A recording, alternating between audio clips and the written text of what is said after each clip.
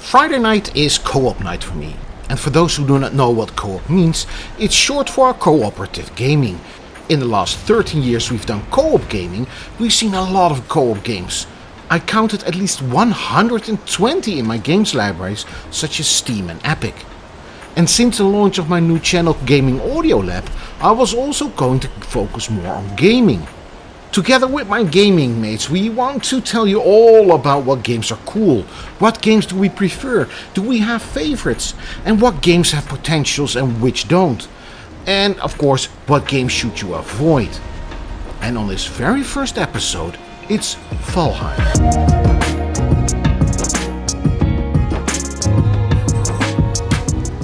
Valheim is one of those rare hidden gems you stumble upon in Steam.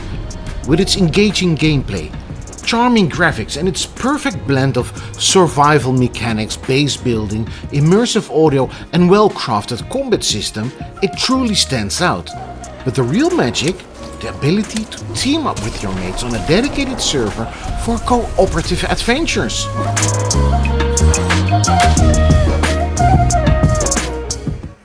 The first playthrough is where the game truly shines. There's a constant sense of wonder and insatiable urge to explore. What's beyond that next hill? And of course, you may get your rear handed by a troll, reminding you that better gear is always essential. And so the loop begins. Improve, gear up, and venture further. That progression where each new piece of equipment feels like a monumental achievement is why Valheim is so captivating. I mean, your very first copper weapon feels legendary. The game's food system adds another layer of strategy, allowing you to tweak your character's stats to favor health or stamina, whatever suits your playstyle.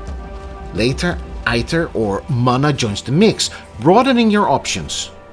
The world feels alive, teeming with creatures and dynamic environments. In short, Valheim offers something for everyone, and I wholeheartedly recommend it to any gamer seeking for a thrilling adventure. But my friends and I joined Valheim's world early, back in February 2021, when the game was still in its unfinished glory. It didn't matter. The Black Forest, mountains, and plains were ready for exploration, and bosses awaited our challenge.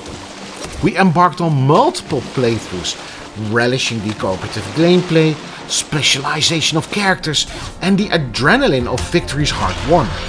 Fast forward a few years, and updates like Mistlands and Ashlands have expanded the game. Last summer, we decided to dive back in, generating a fresh map for another adventure. Initially, nostalgia hit us hard. We breezed through the familiar biomes like meadows, black forest, mountains, plains, gearing up for each new biome. Equipped with the best plains gear, we ventured into the Mistlands.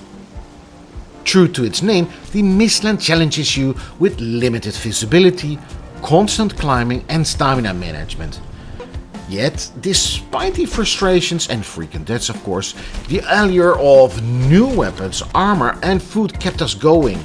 But the grind was real, dying, reclaiming gear, mining resources and repeat the cycle again and again and again. But defeating the Queen was a triumphant moment, a hard-earned victory that felt us feeling accomplished. Then came the Ashlands. Armed with what we thought was top-tier gear, we set foot on the burning terrain, only to find ourselves woefully unprepared. Every enemy seems to laugh at our efforts, reducing us to a frustrating rhythm again of dying, grinding and crafting again and again. Now this repetitive loop, grinding for resources, upgrading gear, facing inevitable deaths, was tolerable in the earlier biomes. But by the sixth cycle the novelty had worn off. The Ashlands felt more punishing than rewarding, and the challenge began to feel more like a chore. One by one my friends lost interest, including myself, and since then the portals to the Ashlands are now overgrown with weeds. Our characters slumped in their thrones, meat in hand, reminiscent about past victories. even I, after logging more than 800 hours in this world, found myself burned out. The thought of tending to the forge, managing gardens, chopping wood, and the enduring endless raids of pesky bats just to face the final boss Vader. That felt exhausting rather than exciting. But still, Valheim is undeniably a masterpiece of design, especially in the earlier stages. That sense of discovery, the camaraderie of co-op play, and the thrill of progression make it unforgettable. But the grind-heavy nature of the later biomes ultimately takes its toll. While the developers continue to add new content like potions, decorative clothing and crafting materials, these often more feel like extra chores than meaningful enhancements. Instead of enriching the gameplay, they pile on more tasks, making the experience feel increasingly like work rather than fun. If you've never played Valheim, I still recommend giving it a try. You'll undoubtedly create some incredible moments, but for veterans like me, the journey seems to have reached its natural conclusion. Here's for hoping to a next update that brings innovations that rekindle the spark without adding to the grind. Or maybe even a Valheim 2?